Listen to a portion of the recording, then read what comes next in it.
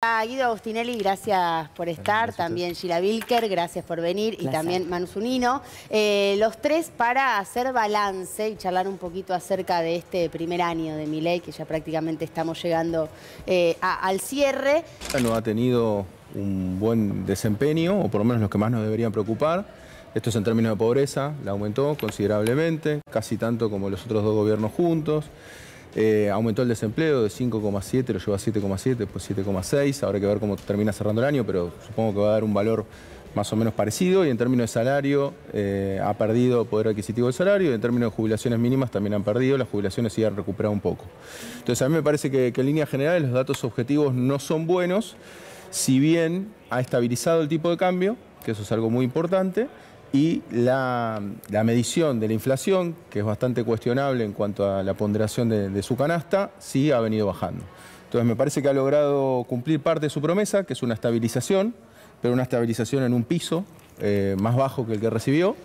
Y lo que pienso que coincido, de hecho, que el año fue mejor de lo que quizás muchos hubiesen esperado, pero creo que hay muchos desafíos para el año próximo. O sea, el problema que está teniendo el gobierno es que tiene unos 20.000 millones de dólares que pagar de deuda el año que viene, que tiene, si realmente crece la economía como está diciendo el gobierno, va a demandar todavía más dólares para la importación. Más o menos por cada punto de crecimiento económico hay 2.000 millones de dólares más que se requieren para abastecer esas importaciones. Entonces hay una presión sobre el dólar que va a ser muy grande para el año que viene y que hay que ver cómo la sortea el gobierno, si logra endeudarse más para tapar este bache o no. Entonces hay muchas incógnitas, se muestra mucha fortaleza del gobierno, pero en realidad cuando ves los números ves que están atados con alambre, ¿no? Gila, te pregunto, ¿esto no obedece también a una cuestión del fenómeno del primer año? Digo, que esta cosa inalterable, o casi inalterable de la encuesta, no corresponde al fenómeno del primer año que habitualmente se ve en los presidentes de todo el mundo. Yo te diría que hay elementos bastante anómalos. Por supuesto, no lo puedes comparar con la presidencia anterior porque tuviste fenómeno pandémico. Sí. Entonces tuviste un fenómeno de un pico de crecimiento total y un rechazo a lo largo de ese primer año también bastante fuerte. Entonces, es difícil compararlo con eso. También es difícil compararlo con el gobierno de Mauricio Macri o los de Cristina, porque ahí yo te diría, hoy hay una grieta muchísimo más intensa que en esos momentos. Entonces, eran gobiernos que asumían y tenían niveles de adhesión más altos que su voto. Algo que a Milei no le pasó en ningún momento.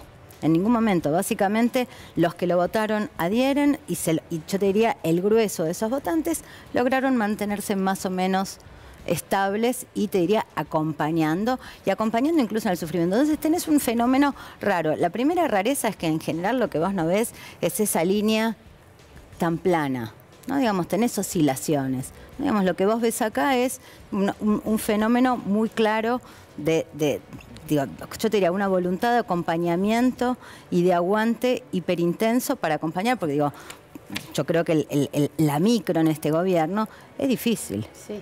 La micro es difícil, el día a día es difícil. Esto se ve en la investigación Quali. Digamos, el achique del consumo, que todavía tiene problemas, es algo que también, o sea, que se ve en el día a día, en la primera persona.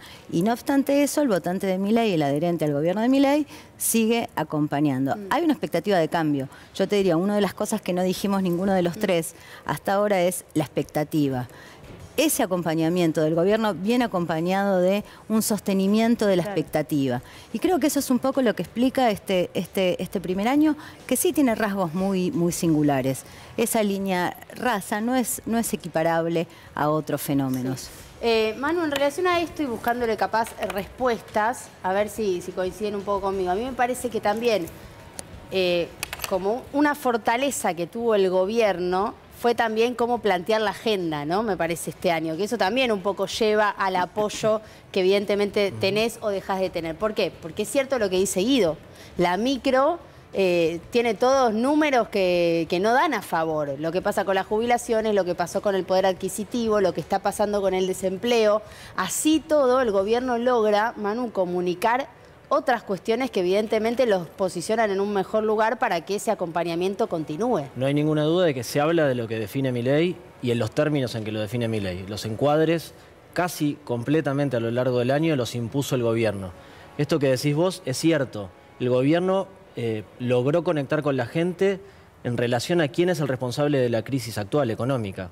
Y la responsabilidad se la adjudicó al gobierno anterior y en eso coincide la mayor parte de los argentinos. O sea, es un gobierno que se ancla en el pasado, en la herencia recibida, y en el futuro, lo decía Gila, generando expectativas. Pateando siempre un poquito para adelante la pelota, con un inicio de segundo semestre muy complicado. Los primeros 3 meses del segundo semestre fueron complicados. Ahora se estabilizó la economía, se planchó el dólar, bajan un poco los precios, entonces, digamos, de alguna manera confirma la narrativa del gobierno que había planteado como gran promesa el primer año, estabilizar, ordenar el espacio público, ordenar la economía. Eso lo cumplió. Tiene el desafío por delante de crecer, traer inversiones, que la gente le alcance el salario, que crezcan los salarios. Todo eso falta, pero bueno, Milei ganó tiempo en este último, por lo menos en este último periodo de los últimos 2 meses, digamos. Sí, yo acá tengo una pregunta en base a un título que publica hoy el diario Clarín. Clarín. Tras el aumento de la carne, se acelera el precio de los alimentos en el inicio de diciembre. Explícame si la micro no funciona. Si todo sigue aumentando como vos bien venís diciendo ya desde hace muchos meses, si la gente no tiene plata en el bolsillo, ¿qué le ven? Sí, por eso a mí me parece, a ver, si lo pudiésemos poner en términos matemáticos, que es difícil, ¿no? Porque de hecho ellos estudian más otras cuestiones, las percepciones y demás, y que me parece también muy interesante. Pero digo, si en las elecciones alguien hubiese tenido que definir, bueno, pierdo un 10% de poder adquisitivo, pero los precios no me cambian en la góndola, lo hubiesen votado, hubiesen aceptado eso, ¿no? Porque incluso hemos tenido periodos de alta inflación en la cual los salarios le ganaban a la inflación. Y objetivamente, eso es un panorama mejor que el actual, en el cual tu salario le pierde a la inflación, pero tenés una inflación más baja. Entonces esto para mí es producto también de un bombardeo constante con respecto a la inflación, que es el problema número 1 de la Argentina, cuando en realidad no lo es.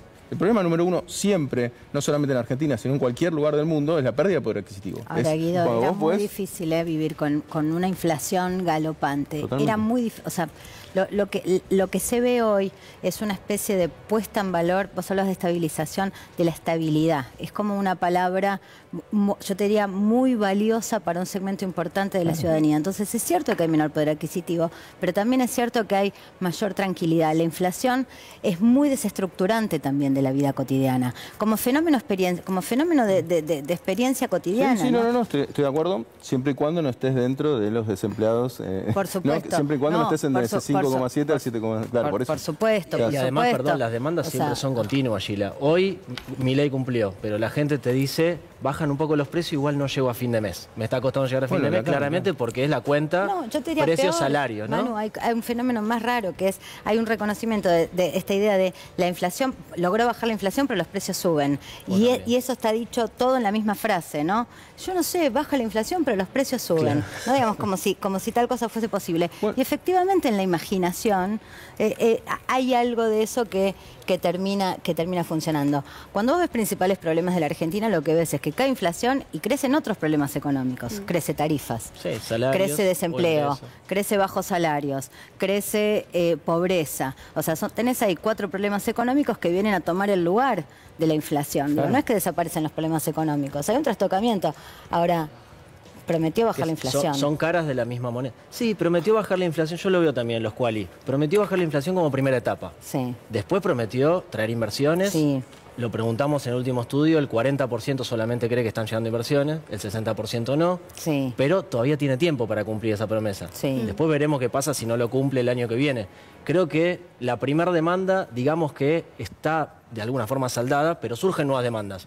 La gente no se va a quedar conforme solamente con que la inflación frene. Generaba un sufrimiento enorme, pero muchísima incertidumbre, la familia no se podía organizar, es cierto. Ahora le van a pedir más a Milei. Obviamente, en un momento van a empezar a querer que él les alcance la plata. Pero aparte tampoco hay que cantar victoria con la inflación. Primero porque está bien marcar el tema de la carne, porque la porción de lo que se mide en la canasta, los alimentos, es la representación fundamental de la canasta que se mide. Entonces, ya de hecho, las estimaciones de noviembre de inflación dan una suba y en diciembre se habla de otra suba más. O sea, ese 2,7 que obtuvimos ya va a ser el punto más bajo quizás del año. Y a su vez para el año que viene, que esto es algo más que lo podemos pensar desde la micro, desde quien tiene un comercio. Te suben las tarifas, te sube absolutamente todos los costos que vos tenés como comercio. Y vos no podés reflejar eso en los precios porque no vendés. Ahora, ¿qué va a ocurrir si la economía se reactiva y podés vender? algo el precio quizás lo ajustes al alza. Claro. O sea que me parece que tampoco la victoria de la inflación, si bien está bien que lo perciba la gente, yo creo que es una batalla que todavía no ha sido ganada. Porque si realmente la economía reactiva, va a ser muy difícil que esa inflación se mantenga así de baja. Claro. Y aparte estamos todavía lejos del cero, ¿eh? Nosotros decimos, bueno, estamos en el rango del 2-3%, pero todavía hay un tramo hasta el cero. Yo me pregunto cómo haces para reactivar la economía. Yo me pregunto, digo, porque si vos no tenés paritaria, no tenés aumento de sueldo y tenés una canasta que te quedó lejísimo, y esto no se mueve porque está congelado, digo, todo parece estar congelado. A ver, suspendido. Yo digo esto, estamos con el dólar 1000 a 1, está perfecto. Llegamos al famoso 1000 a 1, lo bajó, ¿cuánto? 300 pesos, sí, o 400, no sé. ¿Para qué? ¿Cuál es el que ahora, digamos, con un billete de 1000 pesos compras un dólar? Digo, ¿cuál es el beneficio? No, a ver. ¿Cuál es el beneficio para la gente? Ahí hay varias cosas. Primero, se puede dar un rebote estadístico, eso va a ser muy interesante para analizar el año próximo, que es que vos te vas a comparar contra este año, que fue muy malo. Entonces, ahí a mí me parece que va a haber un lindo desafío del gobierno, en el cual el gobierno va a hacer todo un relato con datos ciertos, que va a hacer que va a haber un aumento efectivamente de la actividad, porque tocaste mucho fondo y más sobre todo a comienzo de año. Entonces la gente va a decir, che, el gobierno me está diciendo que estamos yendo bárbaro, y en realidad yo estoy viendo que esto no va a ir bárbaro, porque la actividad económica, como bien vos marcás, justamente no va a estar sustentada en una actividad comercial o industrial. Sobre todo la industria, ¿no? Claro, y después hay un efecto rebote de lo que vos decís, que, a ver, de nuevo, para plantearlo en términos micros, si yo tengo 3 negocios en mi barrio, 2 se funden y no trabajan más, y trabaja uno solo, ese solo que se quedó, vende más, porque se quedó solo. Entonces, hay un rebote estadístico en el cual se puede, por eso para que todos entiendan, no es que se está reactivando la economía. Por eso las estimaciones de la OCDE que salieron esta semana hablan de que recién nos recuperamos de la situación de noviembre del año pasado, recién para el año 2026. Vean que además también estamos frente a un hecho inédito, no solo porque hemos hecho el ajuste más grande de la historia de la humanidad en un contexto, digo, de recesión, que además, si ustedes limpian el efecto, el arrastre estadístico, vamos a terminar neutros en términos de PBI, es decir, que bajamos la inflación sin tener costo en términos de actividad, motivo por el cual el caso se está estudiando en todo el mundo, sino que además, de cara a un año electoral, vamos con una política de déficit cero y de emisión cero. Es decir, no vamos a hacer política monetaria y política fiscal para tratar de influenciar sobre el resultado electoral. Y vaya que eso sí es nuevo. Es importante remarcar que en nuestro mandato le han ganado los jubilados a la inflación por 20 puntos, ¿no? Y eso es una recuperación muy grande. Venían de perder el año pasado 30 puntos en términos reales.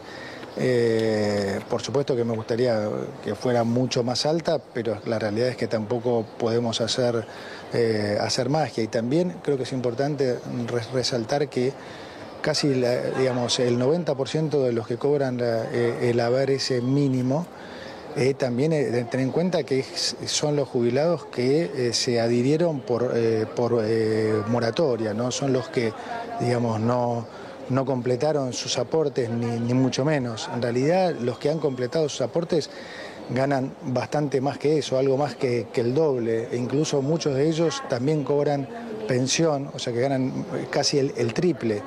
Y de hecho, si mirás la pobreza dentro de los jubilados, es solo el 11%. No, o sea, digo solo, es mucho, pero digo 11 con respecto a lo que es la pobreza general del país, ni hablar de los más chicos, es menor. Sí, el 11% de los jubilados, estás hablando de una persona de extrema vulnerabilidad, que no tiene la posibilidad de buscar un trabajo, de que probablemente esté... que tenga 10 millones de problemas, que tenga enfermedades, que de avanzada edad. Ese 11% no es un 11% que se debe atender de la misma manera a que vos podés atender el 11% de una población económicamente activa, de un tipo que esté en condiciones de salir a laburar. Una burrada lo que dijo Caputo, una burrada, pero de pie a cabeza. Agrego una cosa para darle pie a Guido, para así comentar esto sobre los jubilados, ¿no? Cuando él también, porque es un enunciado muy fuerte, ¿no? Pero las jubilaciones le están ganando a la inflación, ¿no? Como diciendo, acá no hay ningún problema, están bien. Y después vos hablás con los jubilados y te dicen, pero a mí no me alcanza para lo que yo tengo que pagar de expensas, de tarifas, de alquiler. Entonces digo, a veces no es si es más o menos que la inflación, porque es verdad que la inflación hay una tendencia a la baja, a veces es el poder adquisitivo, a veces no, siempre, digamos, en qué tenemos que gastar y cuánto estamos gastando en eso que quizás antes no gastábamos lo mismo. No, pero eso que dijo Caputo es claramente una mentira, dice Jan. A ver, primero porque contabiliza las jubilaciones sin el bono. Entonces, las jubilaciones mínimas han perdido poder adquisitivo desde noviembre hasta acá, han perdido, todavía no ha logrado recomponer el poder adquisitivo de noviembre. Segundo, la canasta de los jubilados es muy distinta a la canasta que mide el INDEC, en ese caso es todavía mucho más distinta, ¿no? Porque ahí lo que tenés es, los medicamentos ponderan muy poquito y justamente es en lo que se gasta. Ahora con esta quita de medicamentos también es como una jubilación indirecta. Cuando hablábamos del salario indirecto, sobre todo en la campaña se habló mucho, todo lo que uno gasta en colectivo, transporte y demás, todo eso no lo mide el INDEC, pero en definitiva te afecta en tu bolsillo, por eso te queda menos en el bolsillo. Claro. Los jubilados pasa lo mismo. Bueno, ¿es pragmático o es fundamentalista, Milei? O las dos cosas. Nosotros lo venimos pensando como un maximalista pragmático. Y es las dos, ¿cómo se puede hacer las dos cosas a la vez? Y se puede. Se puede. ¿Qué sería maximalista? Fundamentalista, o sea, es un fundamentalista de las ideas. ¿Viste lo que decíamos al principio de lo hizo a su modo? Sí. A su modo. Claro, no dar paso atrás. Con su línea, con su sin correrse un milímetro del eje independientemente de lo que diga de lo que diga nadie, ¿no? Digamos, yo te diría. Bueno, eso es ser fundamentalista. Sí, con, viste, orejeras, anteojeras. Ahora, es raro en un mundo como en el que vivimos que vos seas un fundamentalista cuando la principal habilidad hoy es adaptarse. Néstor, se puede ser fundamentalista en el discurso y muy pragmático en la acción. Me parece que Milei supo combinar las dos cosas. Una cosa es lo que dice y otra cosa es lo que hace. Salía a las 2 de la mañana a decir cosas de los diputados, pero por abajo su jefe de gabinete actual negociaba, acordaba. Es más, en un momento se calmó Milei. Cuando vio que se le complicaba la ley base, se calmó bastante, dejó de salir en Twitter. Se sacó fotos con Xi Jinping y el día anterior había dicho algo en contra de China. Siguió teniendo acuerdos con China. Podemos nombrar un montón de acciones recontra pragmáticas. Una cosa es lo que Milei dice y otra cosa es lo que hace. Para mí, para evaluar qué es, hay que evaluar siempre lo que hace un dirigente político, la acción. Después lo que dice es comunicación y a veces fulbito para la tribuna. Entonces es más pragmático que fundamentalista para vos. Yo lo pondría, si tuviera que ponerlo en un equipo, lo pongo en el equipo de los pragmáticos. Claro. Yo creo que es más fundamentalista, pero que está acompañado de pragmáticos. Y lo cual hace que estas acciones, en pos de la recomendación que les hacen sus asesores o sus ministros, hace que sea un poco más pragmático. Pero yo creo que él es un fundamentalista. Y también lo que hay que entender es que incluso, supongamos que fuese un fundamentalista 100% y todos compran esta teoría que estoy diciendo, incluso para llevar a cabo una medida tan extrema como las que él propone, uno siempre requiere periodos de transición. Si uno agarra al partido de izquierda más extremo y le dice, mañana tenés el gobierno, no te va a decir que mañana va a implementar todas las políticas. Siempre hay periodos de transición para llegar hacia eso. Por eso a mí me parece que hay que poner el ojo en esta destrucción que está haciendo del Estado Milei, porque creo que es hacia donde quiere ir. No le importa en lo más mínimo el Estado, pone funcionarios que lo saca como si nada, sin pagar ni siquiera costo político. O sea, me parece que eso habla de su rechazo hacia el Estado y en eso me parece que es un fundamentalista. Bueno, estamos discutiendo el costo modelo Milei, es otra cosa, ¿no? Una cosa es lo que Milei quiere mostrar y mostrarse incluso como un loco, como un tipo que va al frente, que tiene actitud, es parte de suplir esa debilidad política original de la que hablaba Gila, porque Milei llegó sin nada. Llegó con muy pocos legisladores, sin gobernadores, casi sin armado. Ahora está tratando de armar un partido. Se hacía igual, pero es un tipo que va al frente y con el que no se puede negociar y que si te tiene que matar porque te tiene adelante, lo hace. Construyó esa idea. Me parece que parte de mostrarse como fundamentalista lo hizo mostrarse como un tipo más fuerte de lo que realmente era. Eso por un lado. Después está el modelo Milei, que es otra discusión. Un modelo antinacional que quiere destruir al Estado, que desprotege a la industria y que abandona la universidad pública. Es difícil pensar en el desarrollo de un país con esos tres elementos en un mismo gobierno. Eso sí, por un lado, pero de lo que estábamos hablando ahora era de comunicación, de estrategia y de otras cosas. Ahora, está bien, ¿no? Pero digamos, ¿Milei a quién escucha? Porque da la sensación cuando vos lo ves al tipo que no escucha a nadie, que con la única que conversa, y que no me parece que sea una persona, digamos, que tenga mucho expertise en materia política, es con su hermana. Al resto no le da bola. Santiago y además Caputo. El triángulo de hierro, ¿no? Santiago Caputo también tiene un rol importante. Sí, yo a este señor Caputo no lo conozco, nunca, no se lo escucha hablar. No, es que es medio en las sombras, Bueno, digamos. Es el asesor de Milei, pero entonces, es parte de ese triángulo de hierro que está permanentemente al lado de Claro, Javier. me permito dudar de su idoneidad también porque no lo conozco. Bueno, ¿no? Pero Karina también tiene poco esgrima verbal, ¿no? Digamos, la escuchamos hablar en muy pocas ocasiones. O sea, te diría casi una figura que va cambiando en términos de opinión pública lo que la gente va pensando de ella, ¿no? Digamos, por momentos acompañante, por momentos la gran tomadora de decisiones. Ustedes lo que dicen que son 3 personas entonces los que gobiernan los destinos de este país. No lo sabes. Yo creo que al ministro también lo escucha. A ver, por poner un ejemplo, este tope que está poniendo las paritarias el ministro de Economía, eso no es nada libertario. Estoy seguro que Milei no lo entiende en sí mismo con esa lógica. Pero ¿qué pasa? El ministro de Economía, que tiene un poco más de experiencia, le dice, che, no hay que dejar que las paritarias se cierren en cualquier número, hay que ponerle un tope. Y eso está marcado desde el Ministerio de Economía, que no homologa los acuerdos que estén por arriba de ese tope que pone el gobierno. Y eso es pragmatismo puro, eso es experiencia pura. Al final era un pragmático, Milei. No, por eso con los que lo rodean, no, dije el ministro de Economía, por eso no. Yo creo que si dependiera de Milei... O un intervencionista, claro, al final era, que hace intervenir el Estado. Dejar el tipo de cambio. Deja que todos los precios se fijen, o sea, pero por eso deja que todos los precios se fijen, menos los precios del trabajo, que es el salario. Claro. Ese no se puede fijar. Ahí es el único momento que interviene. Hablando de decisiones, lo que dijo el propio Milei hace muy poco, que volvió a generar polémica en cuanto al vínculo Villarroel-Milei, fue la que no tiene nada que ver con mis decisiones, es Victoria Villarroel. Prácticamente no es parte del gobierno, lo explicitó, ¿no? Lo que ya se venía como rumoreando. ¿Esto creen que impacta de alguna manera? No, porque por ahora se nota que está todo roto, lo dejaron ver, pero están haciendo que no impacte mucho en lo que es el funcionamiento del gobierno, ¿no? Por lo menos hasta ahora. Para mí, Milei, hay algo que no negocia, que es la centralidad. No la negocia a ningún costo, pues sabe que es su principal herramienta. Y había 2 planetas que podían eclipsar el sistema Milei, que eran Macri y Villarroel, con muchísima más fuerza hace 6, 8, 12 meses que ahora.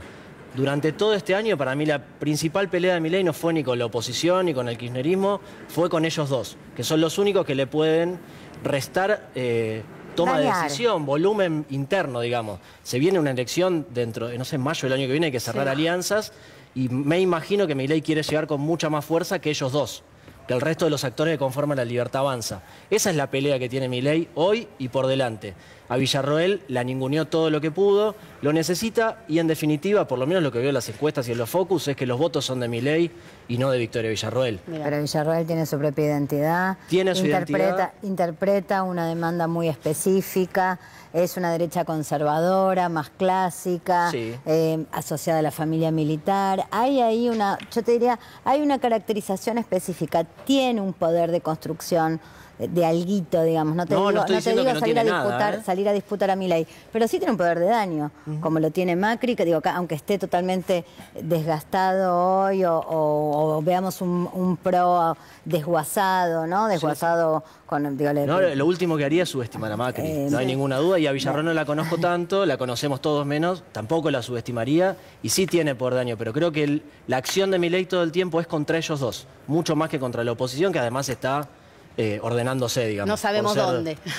Buenos. La oposición. En economía, bueno, estamos, digamos, cuando uno ve esta foto, estamos mejor de lo que hubiésemos supuesto respecto con el tema del dólar. ¿No es cierto? Casi 1 a 1, permítanme sacarle 3 ceros de manera imaginaria a la moneda. ¿Dónde te lleva esto el año que viene? Bueno, ahí lo que no hay que caer es en decir, en realidad estamos muy caros, que es lo que a uno naturalmente le sale a decir, porque uno ve que en dólares está más caro, ¿no? Salir a almorzar acá que en Europa. Entonces uno dice, che, esto es inconsistente. Ahora, ¿cuál es el problema para mí que ahí tiene la oposición y que a veces se pisa, aunque quede poco de oposición o sea poco visible? Que es decir, hay que devaluar, porque eso es todavía peor, ¿no? El problema es que Milei nos mete en una falsa dicotomía en la cual uno tiene que decir, bueno, el tipo de cambio se tiene que apreciar o hay que devaluar. Y si vos devaluás, siempre generás, en todas las grandes devaluaciones hay más pobreza, más caída de salario, entonces tampoco sirve esa opción. Por eso siempre hay que salir por arriba, y es lo que a la Argentina siempre le cuesta, que es generar los dólares en forma genuina y entonces que el tipo de cambio se aprecie en forma genuina, que ha ocurrido, digamos, al comienzo con Néstor. Hay muy pocos periodos en los cuales se puede lograr esa apreciación cambiaria consistente.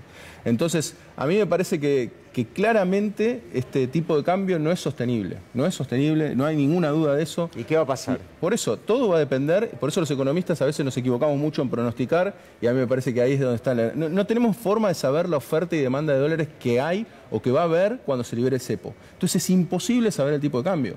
¿Por qué? Porque por poner una restricción de las más comunes que tiene el cepo actualmente, si vos importás mercadería como empresa multinacional o pyme, vos no podés ir al mercado de los dólares financieros a comprar dólares. No lo pueden hacer las empresas, que son los mayores demandantes de dólares en una situación normal. Entonces, ¿qué va a ocurrir cuando se libere el cepo? ¿Cuántos dólares van a demandar? No lo sabemos. Entonces, el tipo de cambio hoy en día está tocado, o sea, está intervenido. Entonces, no sabemos cuál va a ser el tipo de cambio de equilibrio cuando liberen el cepo. O sea, que a mí me parece que Milei hasta ahora, si bien ha tenido un buen año en términos de imagen y demás, me parece que todavía no ha jugado las fichas más importantes, que es la de liberar el cepo. Y ahí vamos a poder saber realmente cuál es el tipo de cambio de equilibrio, y ahí vamos a ver si es sustentable lo que Milei plantea. ¿El dólar no les da la sensación que está barato? Digo a ustedes. Sí. Y si el dólar está barato, ¿cuál es la primera reacción que tienen en general los argentinos? ¿Se estoquean? Sí, sí hay plata, pero está la plaza. Ahorrar, ¿no? O sea, el tema es, no hay pesos, no hay consumo, no hay pesos. O sea, la clase media la tiene difícil para ir a comprar dólares. Claro, no hay con qué comprar dólares. No hay posibilidad y aparte de como estoquearse. inversión también, si vas a pesos, la tasa en pesos, por más de que ahora la haya bajado el gobierno, sigue siendo, si el dólar está estable, sigue siendo una tasa de rentabilidad en dólares enorme, de las más altas del mundo. O sea, hoy en día, si vos invertís en pesos en Argentina, cambiás los dólares acá, volvés al dólar, con un tipo de cambio fijo, te está dando una rentabilidad enorme. Pero eso siempre termina mal. Siempre termina mal cuando vos tenés tasas en dólares altas. Claro. Entonces, ¿Y qué sería terminar mal? Termina mal que termina con una devaluación muy grande de la moneda, o que termina deteriorándose mucho la economía, o que se produce una gran devaluación. Entonces, ahí lo que tenés es cuándo va a ocurrir eso. Y eso va a depender de la capacidad del gobierno para poder endeudarse. Hay que ver si el FMI... A mí me parece muy irresponsable lo que se está diciendo, que el FMI va a dar 15.000 millones de dólares. Hay muchos rumores con eso. A mí me parece súper irresponsable. Somos el mayor deudor del FMI. El FMI nos va a dar 15.000 millones más. Aparte sabemos que casi 50.000 millones se fueron con Macri. Entonces, ¿qué nos asegura 15.000 millones? ¿Qué, 6 meses de estabilidad? ¿Un año de estabilidad, supongamos, en el mejor de los casos? Pero es hipotecar el futuro. Realmente, a mí me parece que sería muy irresponsable, no solo de parte del gobierno, sino de parte del FMI. Solo esta línea para ir con los chicos, pero entre lo económico, próximos pasos es sacar el cepo, el próximo paso del gobierno. Sí, eso fue lo que anunciaron ellos, que en el 2025 van a sacar el cepo. Igual la intención de Milei era sacarlo a mitad de este año. Sacar el cepo es que cualquiera vaya a comprar dólares cuando quiera. Dólares oficiales, lo que quiera. Sobre todo, ojo, porque nosotros hacemos mucho hincapié en las personas, los que mueven la aguja siempre. En la crisis del 2001, los que movieron la aguja, por más que uno pensaba la gente fue y compró dólares, los que mueven la aguja siempre son las empresas. Claro. Y en términos políticos, ¿cuáles vendrían a ser los primeros pasos ahora de Milei? Entiendo que de cara a las elecciones del año que viene, fortalecerse en el Congreso, por ejemplo, entre principales objetivos, o qué más. Bueno, yo te diría, antes de fortalecerse en el Congreso es la disputa electoral, el armado. Creo que el gran desafío es esa decisión entre a corto plazo me conviene ir con el macrismo o a largo plazo me conviene ir solo, ¿no? Claro. Creo que hay Sí, 30 segundos, Manu. La suerte de Milei va a estar echada en la provincia de Buenos Aires. Él la definió la madre de todas las batallas, como decimos siempre. Es donde mayor pérdida de imagen tiene el Gran Buenos Aires, sobre todo. La última elección ganó 15 de 135 municipios, solo uno más de 100.000 habitantes. No se entiende cómo va a ser para armar, como dice Gila, sin el macrismo y sin el radicalismo en la provincia más poblada y más grande del país.